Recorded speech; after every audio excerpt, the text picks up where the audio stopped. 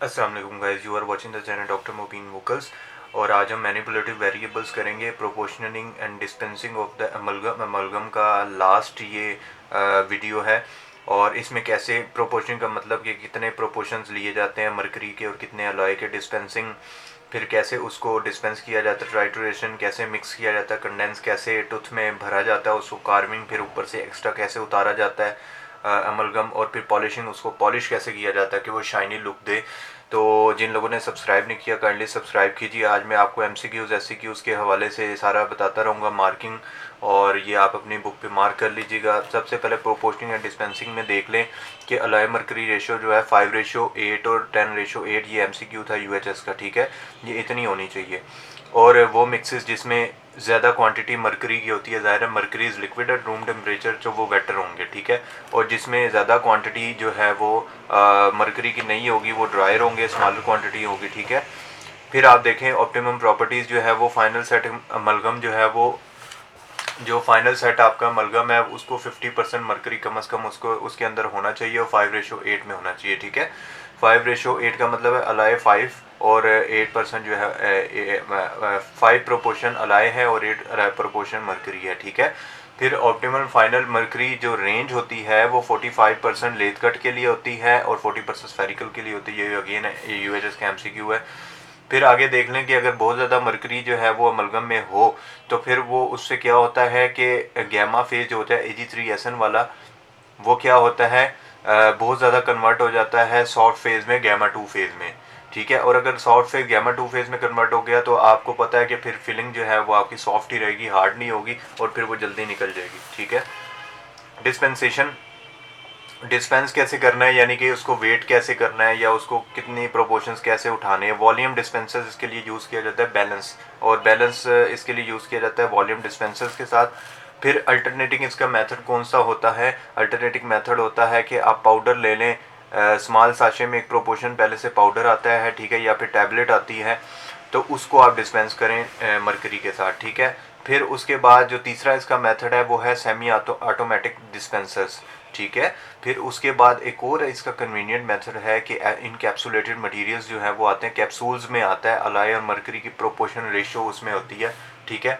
और वो जो है वो आप एज इट इज़ वो कैप्सूल खोलते हैं और उसके अंदर निकालते हैं और जन अमलगम गन से उसको लोड करते हैं, ठीक है। फिर आगे ट्राइचुरेशन देख लें। ट्राइचुरेशन का मतलब मिक्सिंग होता है। मिक्सिंग कैसे की जाती है, मोटर एंड पेसल, ठीक है। ये आपको पता होगा, आपके टीचर्स ने आपको दिखाया भी होगा कि मोटर एंड पेसल, मोटर और पेसल्स में जो है इसके अंदर 5:8 जो है वो हम मिक्स करते हैं मरकरी और अलाय और मरकरी, और फिर इसको आगे मिक्स कर लेते हैं।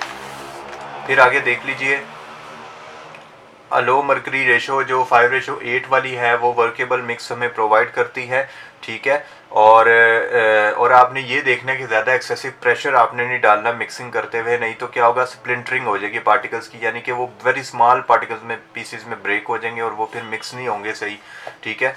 अच्छा, और इसके अलावा सैचुरेशन टाइम जो होता है 40 सेकेंड होता है फुल वेटिंग जो है वो अचीव करने। वेटिंग का मतलब कि वो फुल मिक्स हो जाए, ठीक है।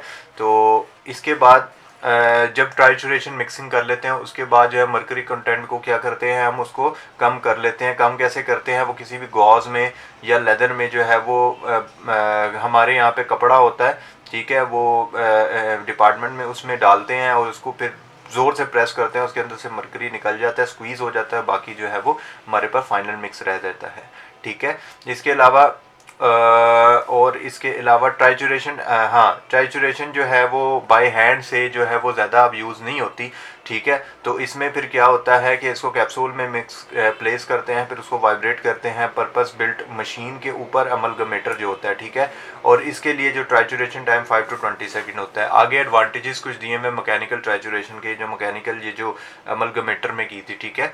तो ये 3 आपने एडवांटेजेस याद कर लेने हैं इसके। फिर इसके अलावा एक और एडवांटेज ये है कि ये क्या रिड्यूस करता है, ये एटमॉस्फेरिक मरकरी कंटेमिनेशन को रिड्यूस कर देता है, ठीक है। फिर कंडेंसेशन, कंडेंसेशन मतलब कैसे पुट करना है आपने कैविटी के अंदर, वो कैसे करना है, अल्ट्रासोनिक कंडेंसर्स आपको मिलते हैं जो कि आपको लेकिन अब ये ज़्यादा यूज़ नहीं होता, पहले होते थे, अब मिलते अभी भी हैं लेकिन अब ज़्यादा यूज़ नहीं होता बिकॉज मरकरी के वेपर्स जो है उसके अंदर से रिलीज़ होते हैं। तो इसके लिए जो मोस्ट कॉमन जो कंडेंसेशन है इसके लिए वो कंडेंसर एक मिलता है जो आपको आपके लैब में या उधर दिखाया भी होगा। वो कंडेंसर के ज़रिए इसको कंडेंस किया जाता है, मिक्स करके इसको पुट करके कैविटी में उसको कंडेंस करते हैं, दबा देते हैं, ठीक है। और इसके अलावा एकदम से नहीं करते बल्कि इंक्रीमेंट्स में अमलगम को जो है ना वो इसके अंदर प्लेस करते हैं, कंडेंस करते हैं, फिर प्लेस करते हैं, फिर कंडेंस करते हैं, ठीक है। कैविटी जब ओवरफिल्ड हो जाती है तो उसके ऊपर से एक्सेस मरकरी की जो लेयर है वो हम कार्व कर लेते हैं with the help of Carver, ठीक है। कंडेंसेशन की टेक्निक के ये 3 जो है ये चीज़ें आपने इंश्योर कर लेनी है, आप पढ़ लीजिएगा। मिनिमम टाइम डिले होना चाहिए ट्राइचुरेशन कंडेंसेशन, यानी कि मिक्सिंग और कंडेंस करने में अगर ज़्यादा टाइम आपने दिया तो फिर वो क्या होगा, वो उधर ही सेट हो जाएगा पड़ा पड़ा और उसमें से मरकरी वेपर बन के उड़ जाएगा, पीछे कुछ भी नहीं रह जाएगा। तो कार्विंग के लिए कार्विंग क्यों ज़रूरी है, क्योंकि ज़्यादा आपने भर दिया उसके अंदर कैविटी के अंदर तो फिर ज़ाहिर है उसकी एनाटमी भी तो टूथ की बिल्ड करनी है, उसकी कॉन्टैक्ट मिलाना है अपोजिंग डेंटिशन के साथ, तो उसके फिर करने के लिए एक्सेस जो हमारे पास होता है उसको कार्व कर देते हैं with the help of Carver. Sharp instrument होता है ये, आपको पता ही है, आपने देखा हुआ भी हुआ होगा, ठीक है। और इसके अलावा ये पढ़ लीजिएगा, चिपिंग ऑफ होने का खतरा होता है अगर कार्व ना करो तो, ठीक है। और अक्लूजल कॉन्टैक्ट ज़रूर चेक कर लेने होते हैं अमलगम फिलिंग करने के बाद, ठीक है।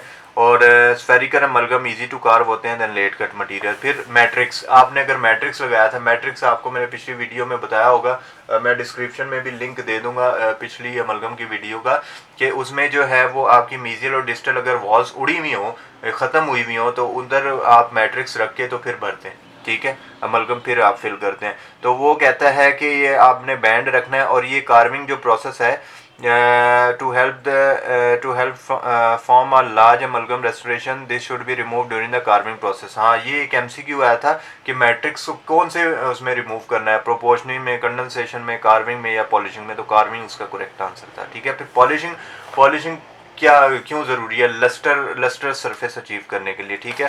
तो पॉलिशिंग मटेरियल जो है वो आगे आपको बताएगा।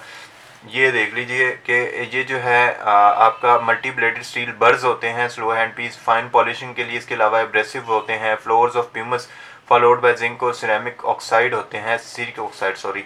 फिर बर्निशर्स हमारे यहाँ यूज़ होते हैं, बर्निशर आपने देखा होगा किसी वीडियो में, मैं आपको बताऊंगा भी, दिखा भी दूंगा इंस्ट्रूमेंट्स।